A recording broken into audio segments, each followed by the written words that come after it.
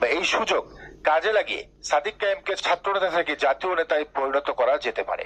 জামাতের তাকে এখনই জাতীয় রাজনীতিতে এক্সপেরিমেন্ট করা উচিত এই ইলেকশনে ভোটে দাঁড় করানোর মধ্য দিয়ে। পরবর্তী 5 বছর কি হবে না হবে, কি সিচুয়েশন দাঁড়ায় বলা যায় না। সেই পর্যন্ত রাজনৈতিক প্রেক্ষাপট কোথায় গিয়ে ঠেকে সেটাও বলা মুশকিল। সাদিক কায়েমের ডাকসু থেকে বিদায়, শিবিরের দপ্তর সম্পাদক থেকে সেক্রেটারি জেনারেল হয়ে সভাপতি, তারপর বিদায় নিয়ে জামাতে সদস্য হিসেবে যোগ দেয়া, ততদিনে তার যে ক্রেজ বা তার যে জনপ্রিয়তা জনমনে তৈরি হয়েছে ওইটা আর ধরে রাখতে পারে কিনা সন্দেহ আছে। তখন সাবেক অন্য আর 10 জন শিবির নেতার মতোই এভারেজ মানের গড়পত্তার রাজনৈতিক কেরিয়ার তৈরি হওয়ার সম্ভাবনাই তার বেশি। অথচ এখন তাকে নমিনেশন দিয়ে, অন্তত ঢাকা 8-এ নমিনেশন দিয়ে মির্জা আব্বাসের বিরুদ্ধে দাঁড় করিয়ে দিলে মোস্তফা মহসিন মন্টুর মতোই মির্জা আব্বাসের কেরিয়ারও, এই চান্দাবাজের কেরিয়ারও খেয়ে ফেলে দিতে পারেন ভিপি সাদিক কায়েম।